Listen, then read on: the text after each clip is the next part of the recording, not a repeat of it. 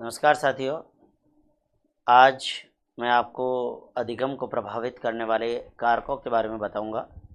अब तक आप ये तो समझ गए होंगे कि अधिगम क्या होता है, अधिगम के अंदर कौन कौन से सिद्धांत है, अधिगम की कौन कौन सी विधियां है। लेकिन अब आपको ये समझना होगा कि अधिगम को प्रभावित करने वाले कारक कौन कौन से हैं।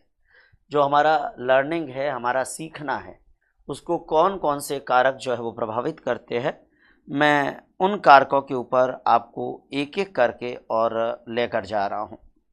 अगर मैं अधिगम को प्रभावित करने वाले कारकों के अंदर बात करूँ तो मोटे तौर पर आप शारीरिक कारक है, मनोवैज्ञानिक कारक है, सामाजिक कारक है, भौतिक कारक है, ऐसे अलग अलग कैटेगरी के अंदर इसको डिवाइड कर सकते हैं।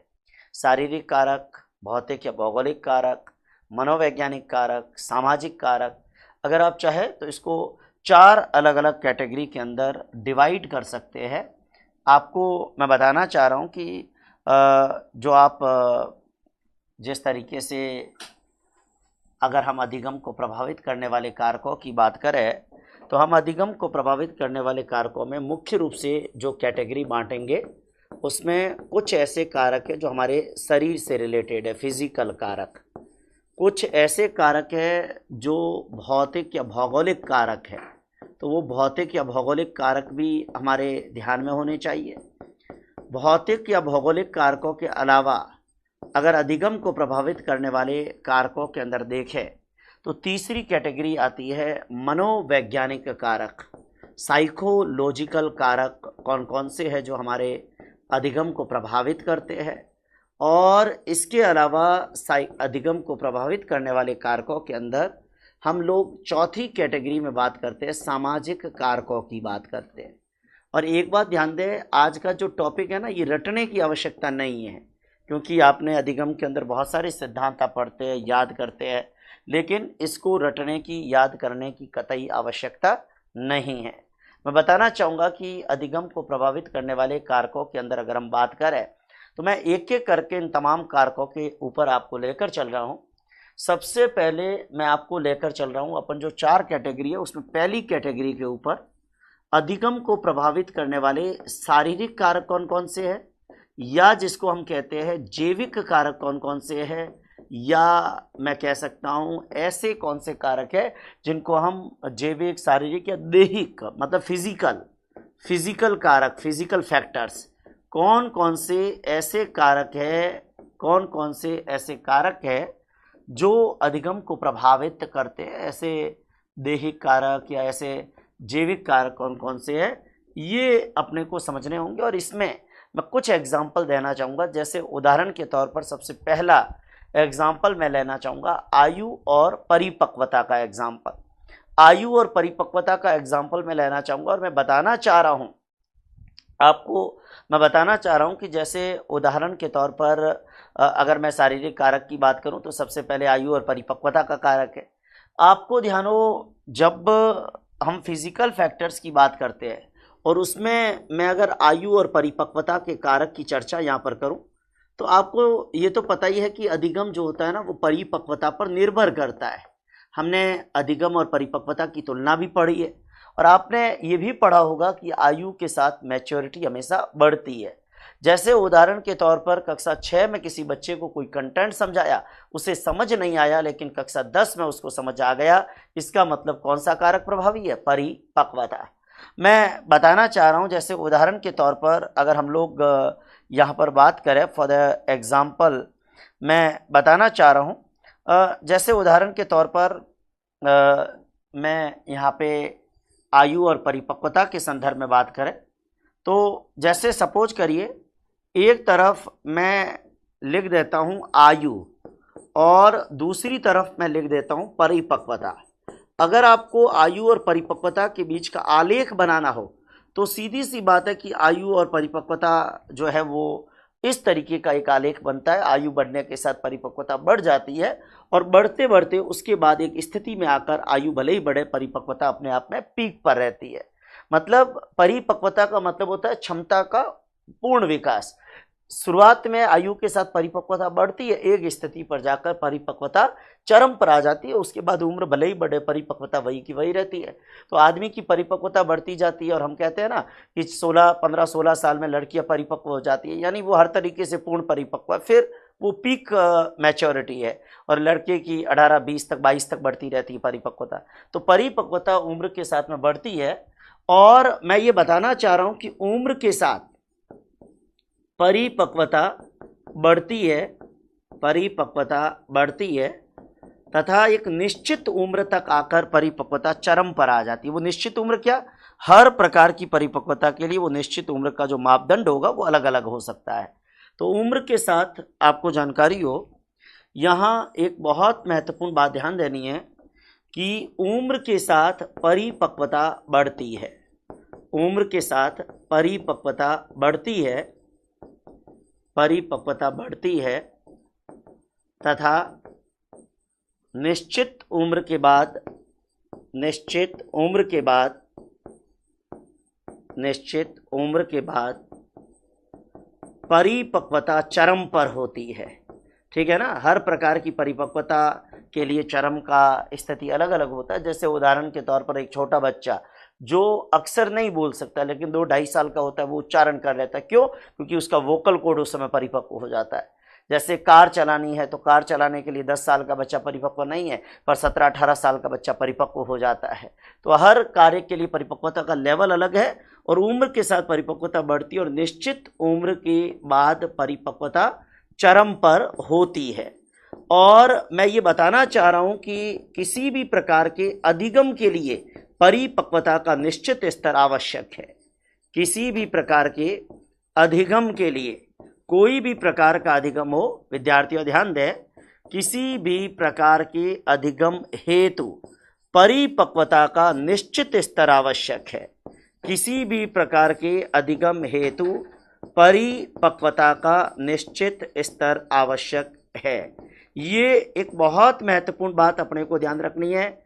किसी भी प्रकार का अधिगम हो, उसके लिए परिपक्वता का एक निश्चित स्तर होना बहुत जरूरी है, क्योंकि बिना परिपक्वता के हम अधिगम प्राप्त नहीं कर सकते। जैसे एग्जाम्पल के तौर पर मैंने आपको एक बात कई बार बताई है कि कक्षा 6 के बालक को कोई संप्रत्यय समझाया, समझ नहीं आया, पर कक्षा 10 के बालक को वही संप्रत्यय आसानी से समझ में आया। क्यों? क्योंकि छठी क्लास में वो परिपक्व नहीं था बच्चा, 10वीं क्लास में उस कंटेंट को समझने के लिए वो बच्चा परिपक्व हो गया। तो कहने का मतलब, कक्षा 6 के बालक को कोई प्रकरण समझ में नहीं आया,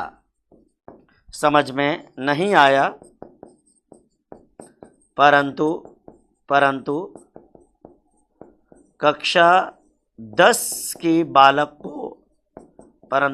कक्षा 10 के बालक को आसानी से समझ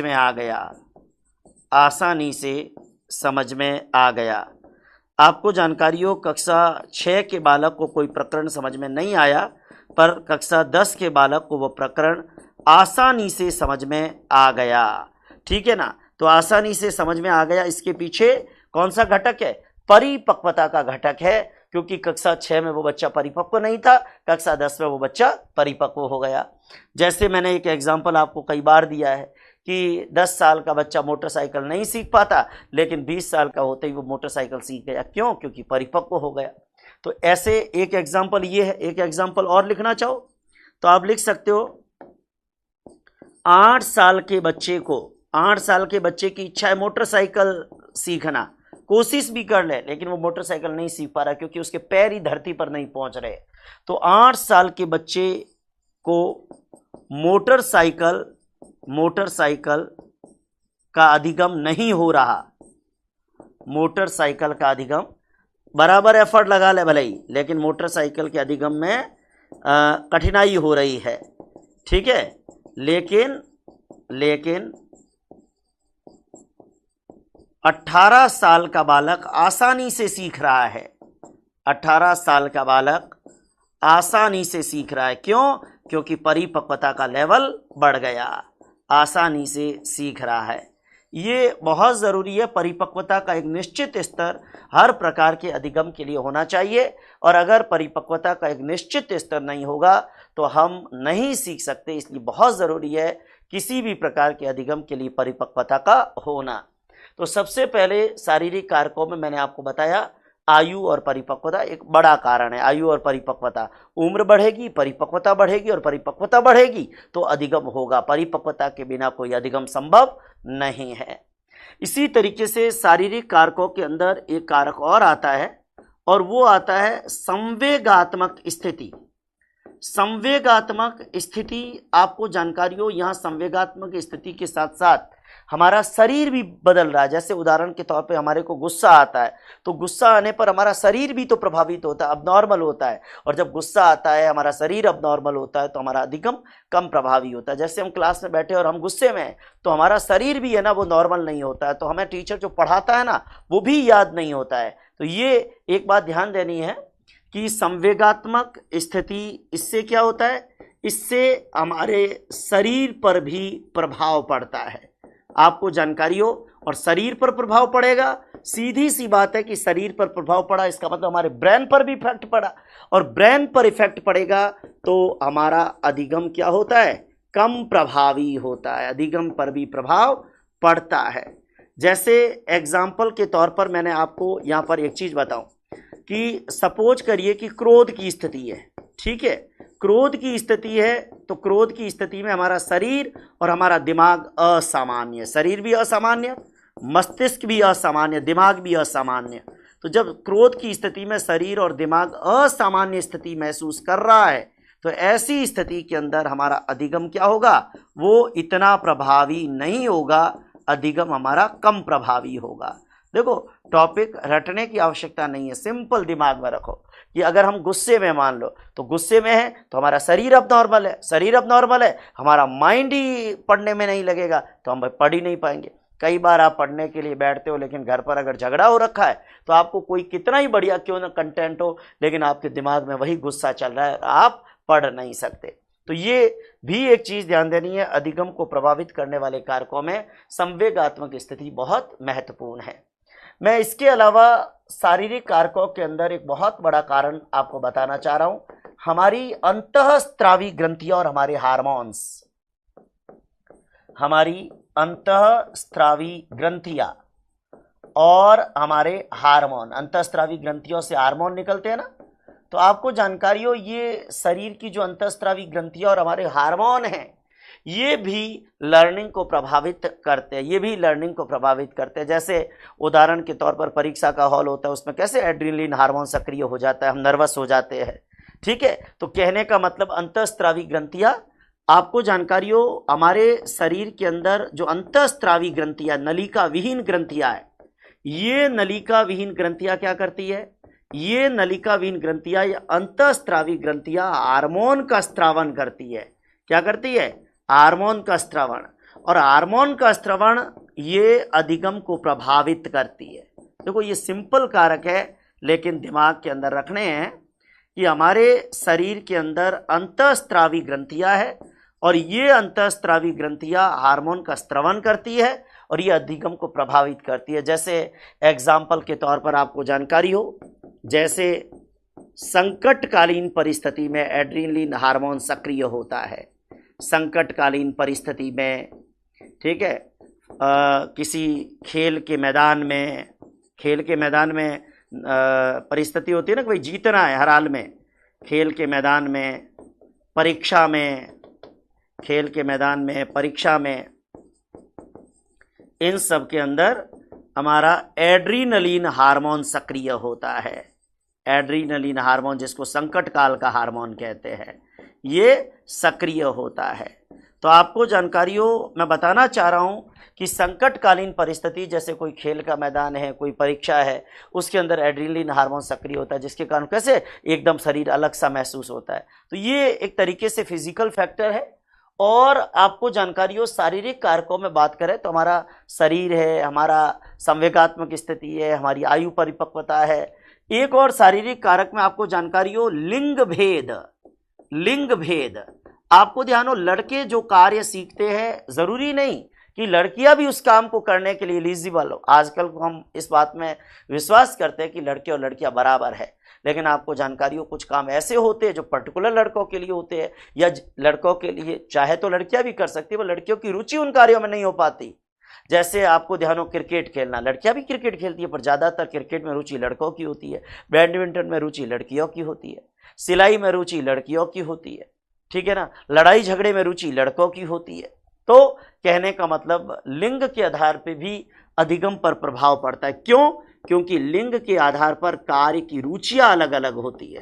देखो, लिंग भेद भी अधिगम को प्रभावित करता है। क्यों? क्योंकि लिंग के आधार पर लड़के और लड़कियों की रुचि में अंतर होता है। लड़के व लड़कियों की रुचि में अंतर पाया जाता है। आपको जानकारी हो, लिंग के आधार पर लड़के और लड़कियों की रुचि में अंतर होता है। तो जब रुचि में अंतर होगा, इसका मतलब जिसमें रुचि होगी वही तो अधिगम होगा। इसका मतलब अधिगम पर लिंग भेद का प्रभाव पड़ता है। अधिगम पर, सीखने पर लिंग भेद का प्रभाव पड़ता है। आपको जानकारी हो, अधिगम के ऊपर लिंग भेद का प्रभाव पड़ता है। लड़कों की रुचि अलग कार्यों में है, लड़कियों की रुचि अलग कार्यों में है, और इसलिए हम कह सकते हैं कि लिंग भेद का प्रभाव, ये जो सेक्स इफेक्ट है, ये सबसे ज़्यादा प्रभावित करता है। क्योंकि जैसे उदाहरण के तौर पर क्रिकेट के अंदर लड़कों की रुचि लड़कियों की कम होती है, बैडमिंटन में लड़कियों की रुचि बहुत ज़्यादा होती है, सिलाई में लड़कियों की रुचि ज़्यादा होती है, खाना बनाने के अंदर घर पर कुकिंग वगैरह में लड़कियों की रुचि होती है, मेहंदी में लड़कियों की रुचि होती है। अब आप कह सकते हैं कि लड़का भी मेहंदी सीख सकता है, लेकिन आपने कितने लड़के ऐसे देखे होंगे जिनकी मेहंदी में रुचि हो, जबकि लड़कियों की आमतौर पर मेहंदी में रुचि होती है, मांडना बनाने में रुचि होती है, सजावट में रुचि होती है। तो कहने का मतलब कुछ लैंगिक रुचियां होती है, और जिस कारण इसका मतलब जिसमें रुचि होगी वही तो अधिगम प्राप्त होगा। तो नो डाउट ये भी एक महत्वपूर्ण बात अपने को जहन में होनी चाहिए कि लिंग भेद का प्रभाव भी निश्चित रूप से अधिगम के ऊपर पड़ता है। आपको मैं एक और कारक के ऊपर ले आ रहा हूं। मैं आपको भौतिक या भौगोलिक कारक की चर्चा यहां पर करना चाह रहा हूं। ध्यान दें, देखो बहुत सिंपल फैक्टर है, कोई मुझे नहीं लगता कि आपको गहराई में जाने की आवश्यकता यहाँ पर है, क्योंकि परीक्षा के अंदर भी बहुत सीधा सवाल आएगा और यह कोई बड़ी बात नहीं है। आपको जानकारी हो, जैसे उदाहरण के तौर पर अगर मैं यहाँ सबसे पहले मैंने आपके सामने शारीरिक कारकों की बात की, शारीरिक कारकों के बाद मैं दूसरे नंबर पर बात कर रहा हूँ भौतिक या भौगोलिक कारक। भौतिक या भौगोलिक कारक।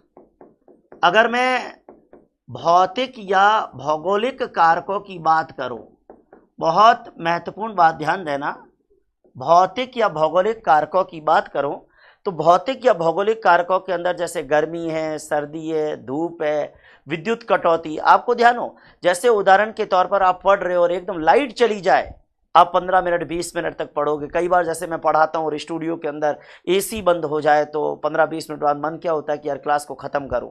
क्यों? क्योंकि बिना लाइट के अधिगम प्रभावित होता है, कार्य प्रभावित होता है। तो आपको जानकारी, और एसी चल रही हो बढ़िया, तो गर्मी, जून की गर्मी भी, और एसी के अंदर बैठे हो और गर्मी नहीं पड़ रही है तो आपका काम का मन करेगा, और एकदम गर्मी पड़ रही है तो आप किताब छोड़कर चाहोगे कि यार कहीं बाहर हवा में बैठो। तो कहने का मतलब भौतिक या भौगोलिक कारकों के अंदर कौन कौन से कारण हैं, इसमें आपको जानकारी हो, जैसे उदाहरण के तौर पर गर्मी है, जैसे उदाहरण के तौर पर सर्दी है। आपने देखा होगा कई बच्चे अक्टूबर और नवंबर में सर्दियों में पढ़ते हैं, तेज सर्दी पड़ रही है ना तो क्या मन करता है कि यार चाय और पकौड़े खाकर सो जाए, या फिर रजाई को एकदम काठी ओढ़ ले ऐसे। तो कहने का मतलब गर्मी है, सर्दी है, जलवायु है, ठीक है ना, धूप है और विद्युत कटौती है, ये ऐसे फैक्टर है, आपको जानकारी हो, ये ऐसे फैक्टर है जो लर्निंग को इफेक्ट करते हैं। गर्मी, सर्दी, धूप, बरसात, विद्युत कटौती, ठीक है, तेज बरसात होती है तो भी पढ़ाई प्रभावित होती है। ये सारी चीजें मैं बताना चाह रहा हूं, ये सभी हमारे अधिगम को प्रभावित करते हैं, ठीक है, अधिगम को प्रभावित करते हैं। मैं बताना चाह रहा हूं कि इन सब के कारण हमारे अधिगम पर प्रभाव पड़ता है। गर्मी, सर्दी, धूप, हम पढ़ रहे हैं, मान लो छत पर पढ़ रहे हैं और एकदम तेज धूप आ जाए तो पढ़ाई प्रभावित होती है, या लाइट कट जाए, या फिर तेज सर्दी पड़ रही है, तेज गर्मी पड़ रही है, पढ़ाई प्रभावित होती है। पॉजिटिवली और नेगेटिवली पर प्रभावित तो होती है। इसी तरीके से आपको जानकारियों में बताना चाह रहा हूं बहुत महत्वपूर्ण बात, जैसे मनोवैज्ञानिक कारणों की अगर मैं चर्चा करूं, यहां पे मनोवैज्ञानिक कारण, अधिगम को प्रभावित करने वाले मनोवैज्ञानिक कारक कौन से हैं? आपको जानकारियों अधिगम को प्रभावित करने वाली तीसरी कैटेगरी जो है उसमें मैं मनोवैज्ञानिक कारकों को लेना चाहूंगा। अगर मैं साइकोलॉजिकल रीजंस को लूं, अगर मैं मनोवैज्ञानिक कारकों को लूं, अधिगम को प्रभावित करने वाले साइकोलॉजिकल रीजंस या मनोवैज्ञानिक कारकों को लूं, तो मनोवैज्ञानिक कारकों के अंदर सबसे पहले मैं बात करना चाहूंगा जैसे अभिप्रेरणा।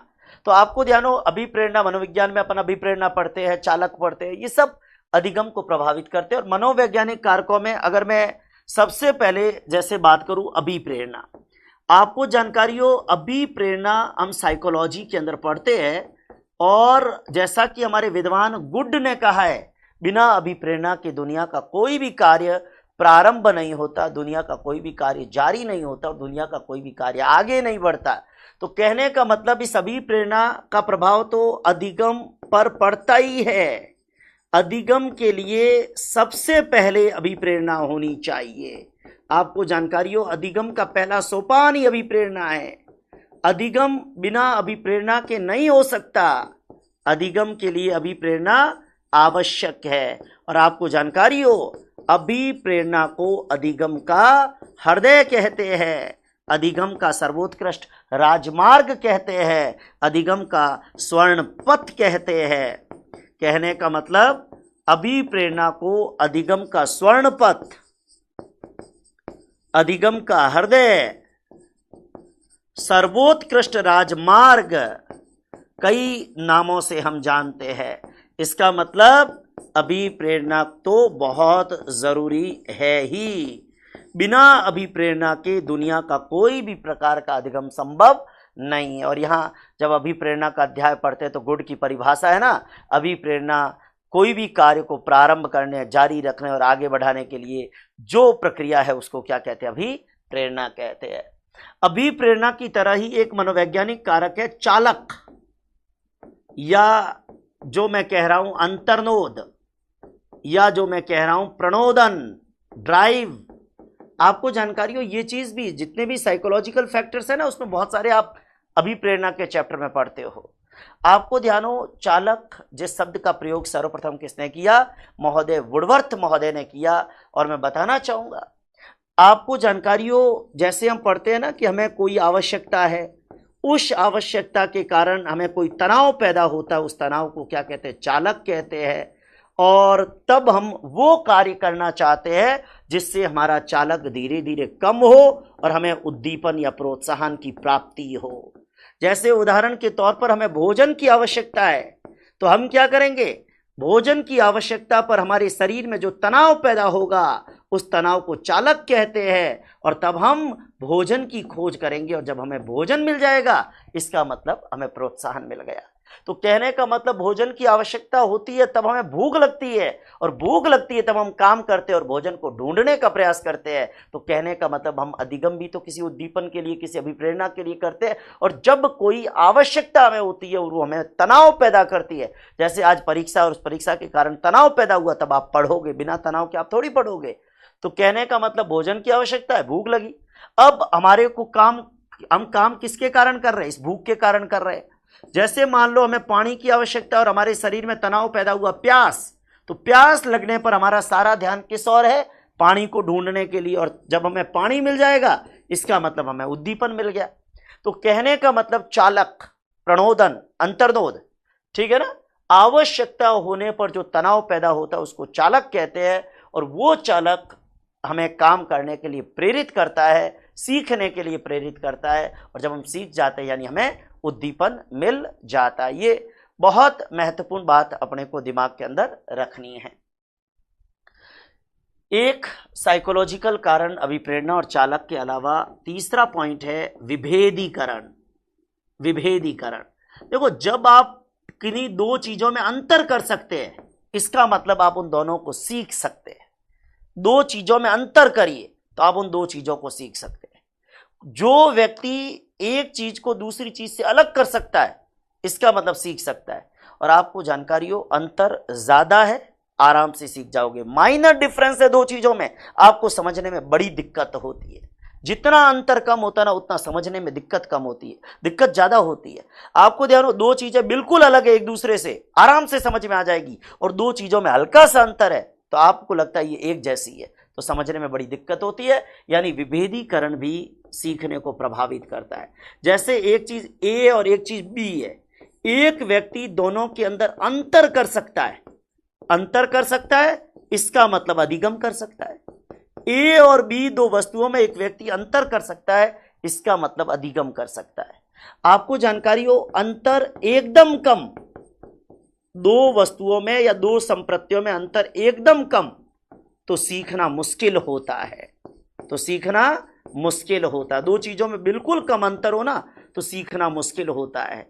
और अंतर ज्यादा है, आसानी से सीख जाते हो कि ये इसका कंसेप्ट है, ये इसका कंसेप्ट है। अपन दो चीजों में बहुत माइनर डिफरेंस होता है ना, तो सीखना मुश्किल होता है। ज्यादा अंतर हो तो आराम से सीख लेते हैं। आपको ध्यान हो, दो चीजों के अंदर अंतर एकदम क्लियर अंतर है, कहते हैं ना इसमें और इसमें बिल्कुल क्लियर अंतर है, तो समझने में कोई जो है वो बिल्कुल क्लियर अंतर है, आराम से समझ लेते हैं। और एकदम हल्का अंतर है ना, तो समझ में नहीं आता। कई बार बच्चे कहते हैं सर ये अनुबंधन और आदत समझ में नहीं आ रही है, क्यों? क्योंकि उसमें हल्का सा अंतर है। और अगर मैं ये कहूं कि सजीव और निर्जीव बिल्कुल क्लियर अंतर है, ये श्वास लेते ये श्वास नहीं लेते, तो समझ में आ जाता है। ठीक है, तो कहने का मतलब ये चीज ध्यान देनी है। एक चीज बताऊं, जैसे उदाहरण के तौर पर आपने थॉर्नडाइक की थ्योरी पढ़ी, आपने स्किनर की थ्योरी पढ़ी और आपने पावलोव की थ्योरी पढ़ी। जो बच्चा इन तीनों के मूल भावों में अंतर कर सकता है, सीधी सी बात है कि वो बच्चा इन तीनों सिद्धांतों का अधिगम आसानी से कर लेगा। और जिस बच्चे को इन तीनों में के मूल भावों में अंतर नहीं होगा, उसको अधिगम करने में क्या होगी? परेशानी होगी, उसको अधिगम करने के अंदर परेशानी होती है।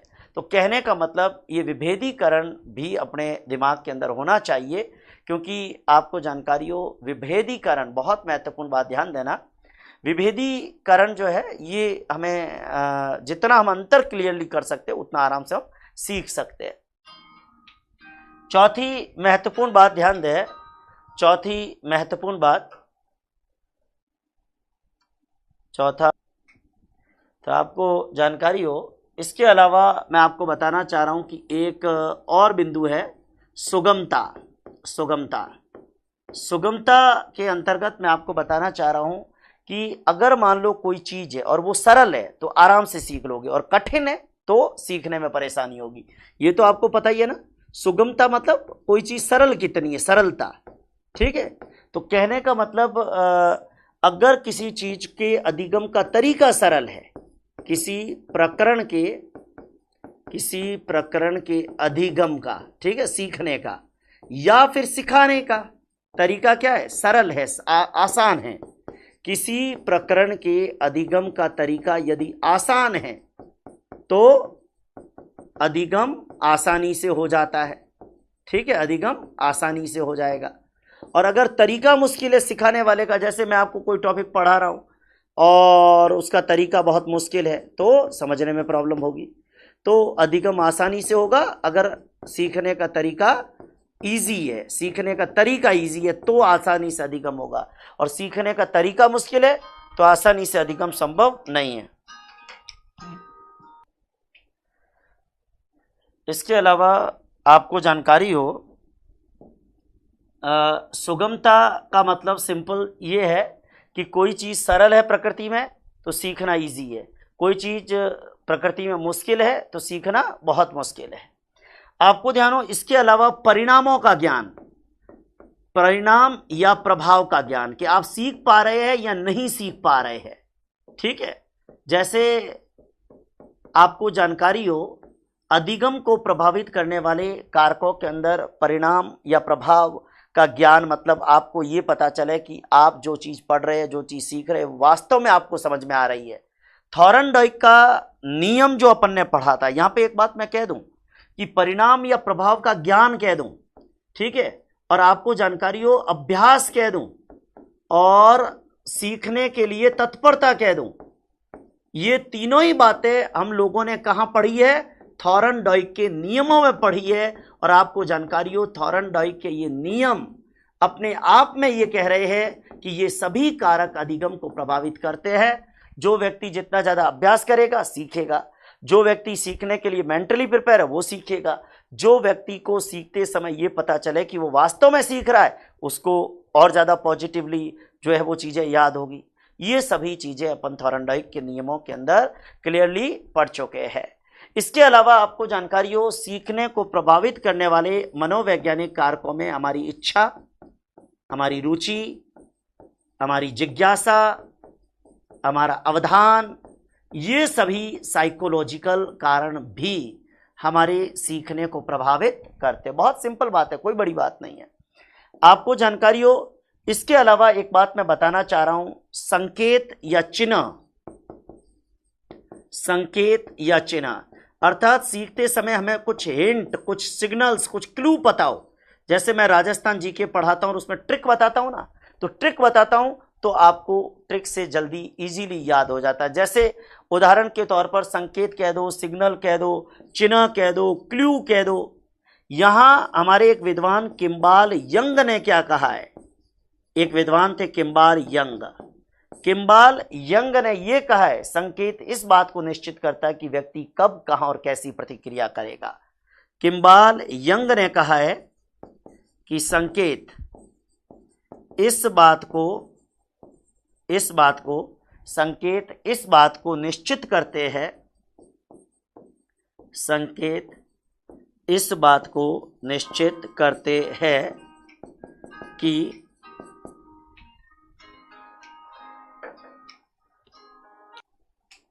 संकेत इस बात को निश्चित करते हैं कि व्यक्ति कब,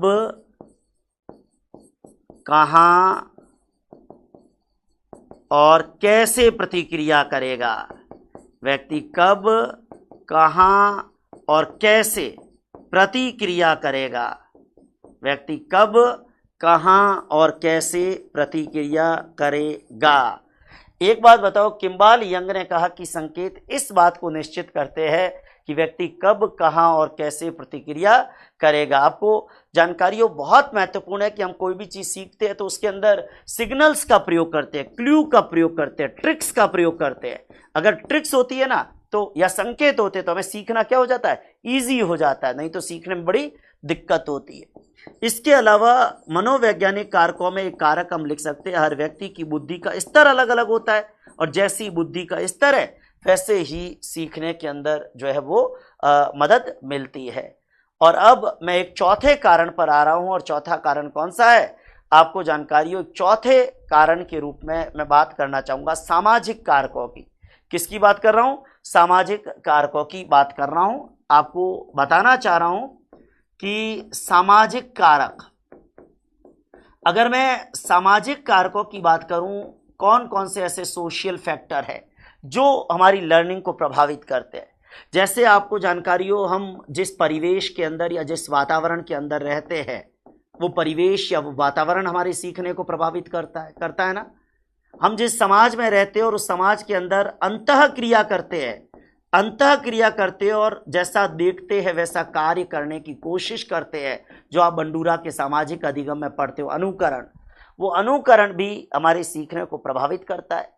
समाज में रहकर हम जो प्रतिस्पर्धा एक आदमी की दूसरे आदमी से होती है, वो भी हमारे सीखने को प्रभावित करती है।